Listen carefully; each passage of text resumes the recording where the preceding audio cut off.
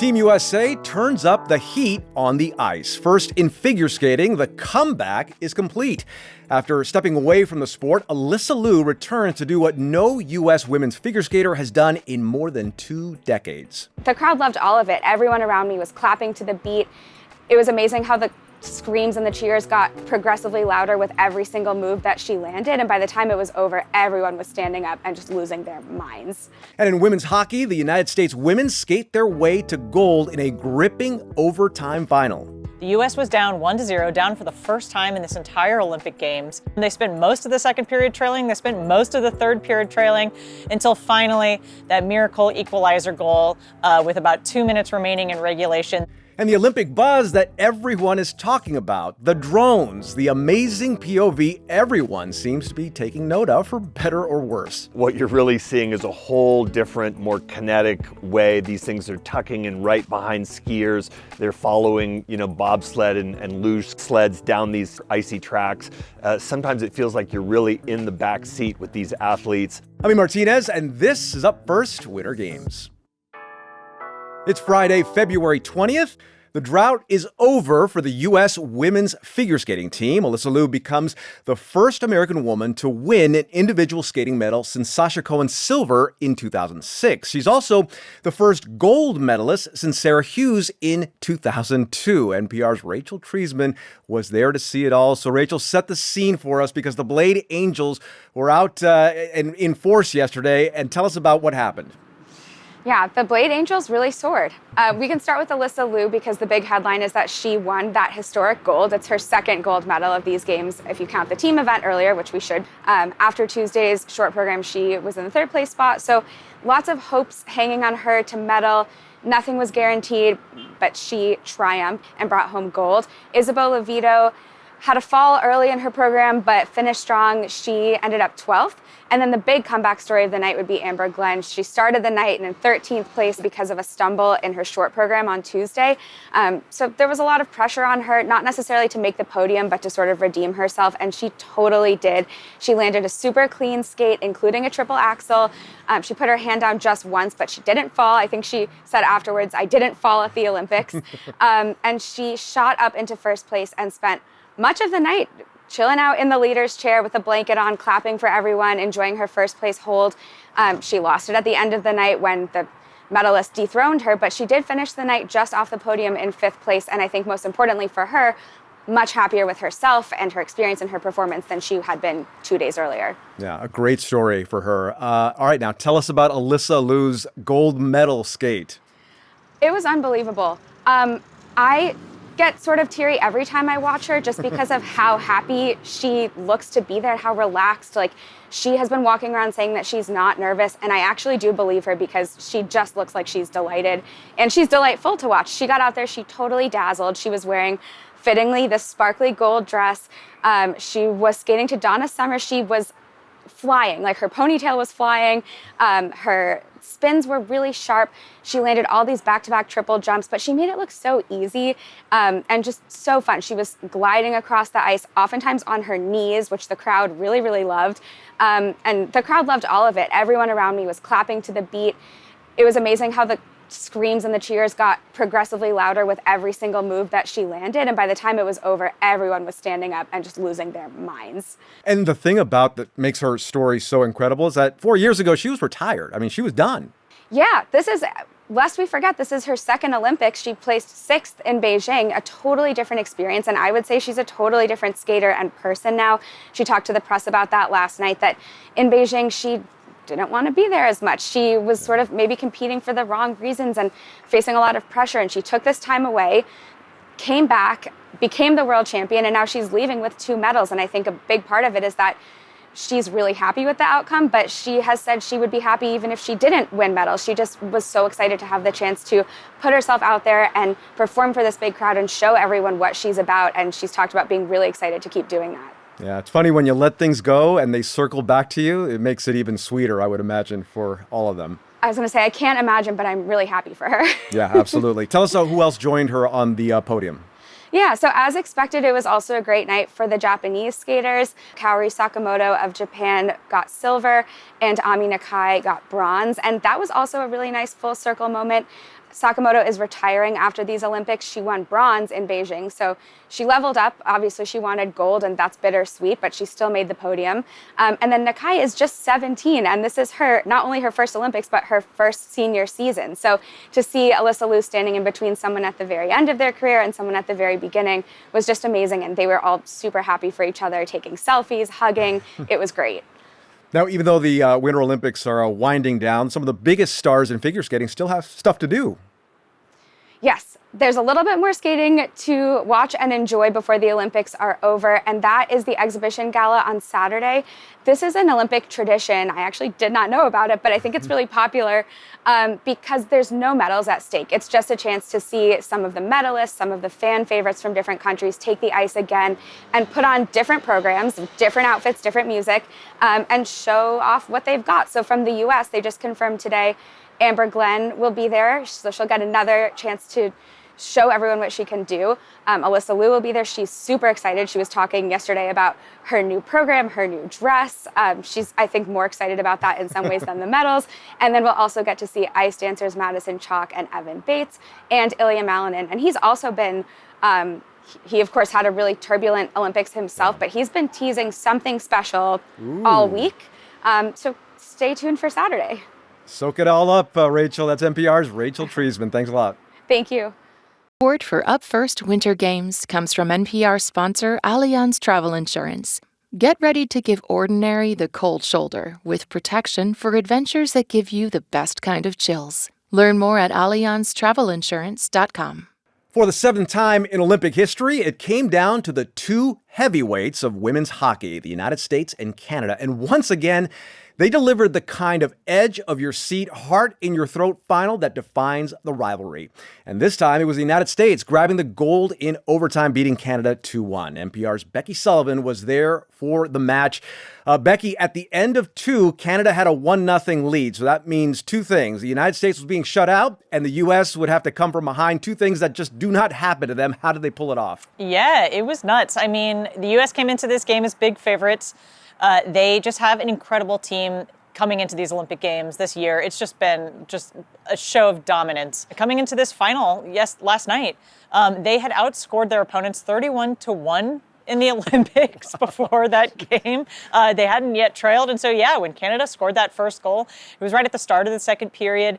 And Canada was shorthanded, actually. The U.S. was on a power play, meaning they were up a skater due to a Canadian penalty. There was just this moment where 22-year-old star Layla Edwards, she's been a huge part of this team, but she just had this moment where she just sort of lapsed and wasn't paying attention, and that was just enough of a window for Canada to scoop up the puck and score. And so, the U.S. was down 1-0, down for the first time in this entire Olympic Games, and that forced them to sort of take a hard look at themselves and ask themselves who was going to take over and how they were going to get this done. They spent most of the second period trailing. They spent most of the third period trailing until finally that miracle equalizer goal with about 2 minutes remaining in regulation. That was Layla Edwards making amends for that mistake in the second period. She sent this rocket toward the goal. And then, of course, the team captain, Hillary Knight, the woman who many people say is the all-time greatest women's hockey player, was in the right place at the right time, tipped that puck up into the net and sent it into overtime. It was awesome. Yeah, and what a cap for her career, right? For Hillary Knight. This is it for her. So, I mean, she ends on the highest possible note. Definitely. Yeah, she came into this Olympic game saying that this one was going to be her last. She's 36 years old. She has accomplished essentially everything that there is to accomplish in women's hockey, and not just on the ice, not just the gold medals. She has been to 5 Olympic Games, which is the most by any American hockey player. She has 5 medals to show for it, 2 golds, including last night's, and 3 silvers. She's the all-time leading goal scorer in U.S. Olympic women's hockey history. I mean, as if that all wasn't enough, she's instrumental in the founding of the PWHL, that's the Professional Women's Hockey League, which is by far the most sort of financially stable, successful women's professional hockey league to date. There's 8 teams that play around the U.S. and counting. They sell out games. It's providing this sort of like career pathway for all these young women that have this truly fruitful professional career they get to pursue in a way that she didn't when she was coming out of college.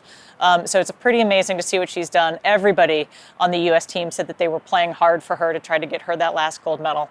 And it was really awesome to see that's how it went down for her. Yeah, and I heard that she gave the team a pep talk that's maybe giving her Brooks vibes. Yeah. Basically, as it went to overtime, they had this few-minute break to sort of collect everybody's thoughts. Hillary afterward said that they, sort of talked through the overtime format here in these Olympic Games. It was 3-on-3, which is kind of unusual for hockey, and so you have to play a little differently. So they were talking through that, and she said that the thing that she told them was like, look, we need a hero. Someone's going to have to step up. This hero is going to be among us here. This hero is in the group. Who's it going to be? Let's see it. And then, of course, in overtime, it ended up being Megan Keller, and that was just a phenomenal goal. She scored just a few minutes into the OT period.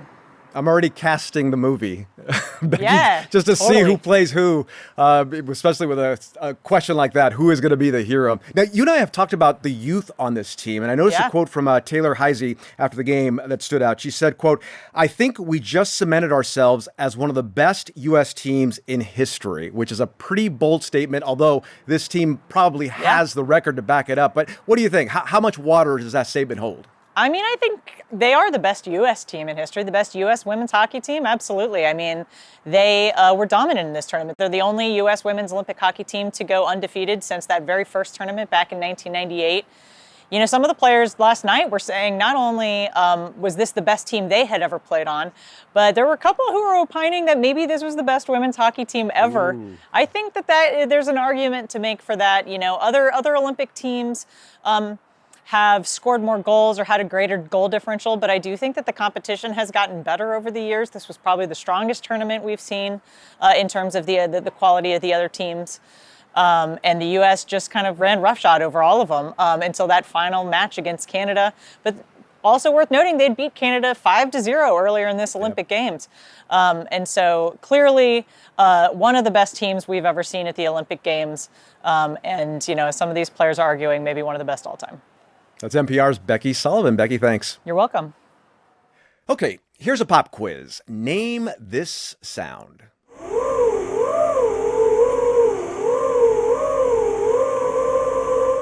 What do you think? Any guesses? Any guesses at all? Yeah, that's the sound of an Olympic drone. Now, you've seen them buzzing down bobsled courses, flying behind skiers, or shadowing snowboarders. Some people can't stand the noise, but there is no denying the drones have provided some spectacular images of these games. Here to tell us how it's done is NPR's Brian Mann. Now, Brian, this is not the first Olympics where we've seen drones. No, this isn't kind of a revolutionary moment, but I do think it's really the Olympics where suddenly everyone's noticing. This is a whole different way of seeing these games. We've had drones in operation since the 2014 games in Sochi. They became more active at the Paris games. But here, what you're really seeing is a whole different, more kinetic way. These things are tucking in right behind skiers. They're following, bobsled and luge sleds down these icy tracks. Sometimes it feels like you're really in the back seat with these athletes. It's pretty dramatic, and I think that's what people are watching on their TV screens, a really different way of kind of keeping up with these very fast-paced sports. You know what it reminds me of, Brian? At the end of Star Wars, when the X-Wing fighters are attacking the Death Star and they're going up and down and around stuff. That's not too far off. When you see these drone pilots, they pull on their goggle masks and they're using these first-person point-of-view cameras that are on board these tiny little drones. And what they talk about is that they don't really feel like they're flying a drone. They feel like they're flying themselves. They have the little hand controls that they're doing, but they're really seeing what it's like to fly through space. I've been kind of checking out the social media feeds of some of these camera operators. And, they're real fly jockeys. Some of them, they're like up at Bormio, where the men have been skiing downhill. Some of the pilots have to drop in under a ski lift and then tuck in right behind the skiers. While they're steering using one camera, there's basically a television camera crew that's operating a second, higher quality camera, and that's what's giving the shot that we're watching on our TV screen. So you kind of have this partnership between the TV crew and the pilots, and it takes a lot of skill. These guys have been practicing for months, really learning, working with athletes, test driving, test piloting this, and so far it's gone really smoothly. Yeah, and the drones make that distinctive sound that some people might find annoying, and it almost looks like they're chasing the athletes that they're filming. How do they feel about them? You know, the athletes that we've been talking to say they're pretty comfortable with this. First of all, a lot of them think it's cool, although some have also said they think it's a little queasy making, how quick they tuck and turn and move. But so far, they've said these noises and the presence of the drones, once the athletes start competing, they tune that out. It hasn't turned out to be any kind of a conflict with their performances. There have been a few incidents over the years where drones have come down on the field of play and practice runs, that kind of thing. But as far as we can tell, athletes are pretty comfortable. They like this extra exposure. I think they like seeing how their performances look from this angle. And you know, the IOC, the International Olympic Committee, they've spoken about this at gatherings here, and they've said they're getting really positive feedback so far. So it seems like kind of a home run. All right, now it would be a disaster if these drones ever got in the way of an athlete where maybe they slipped and got injured or actually maybe crashed into an athlete. So what's the deal with safety on these drones? They've really worked to set protocols. You know, these pilots, they talk about the instructions that they follow, the distances that they maintain. They're required to stay behind the competitor at all times so that if a drone were to drop into the field of play, it would be behind the sled, behind the skier. And so they have a whole range of protocols that they've tested. They've really worked on this. While the skiers and sledders were out practicing, these pilots were also doing a similar kind of, you know, testing. Can we model this in a way that will feel safe? I think there will be a kind of post-games analysis of how this played out to look at any incidents that they might say, okay, here, you know, we got close to the line, we got into a gray zone. So we'll see what we hear about that. But as of right now, I have not heard of a single, even yellow flag, let alone something that really dropped into the danger zone. Nothing in this at these Olympics, no crashes, nothing even close. I think that the press would be all over it if we had a drone landing in a skier's lap, landing in a sled. We've been actually, I think that there was enough curiosity about this at the beginning that there was real inquiry about it. So far, it really seems to have worked. And it is astonishing, I have to say, as fast as these drones are going, sometimes 60 miles an hour flying in behind a skier, that they're able to maintain the proper distances, that they're getting them back. You know, they have to re-battery them after every single athlete. So they have this really quick turnaround that they're getting these tiny little aircraft back up and flying. So far, a really well-oiled machine. Again, we'll see after the games as we kind of break this all down. But right now, it seems like it's worked. Drone flying could be its own Olympic sport at this point. That's NPR's Brian Mann. Brian, thanks a lot. Thanks, A. That's Up First Winter Games for Friday, February 20th. Don't forget to click subscribe, and you can donate to help keep our Olympics coverage going. Hit the blue button to give today. I'm A Martínez, and we'll see you right back here for the last time these games on Saturday. Have a gold medal day.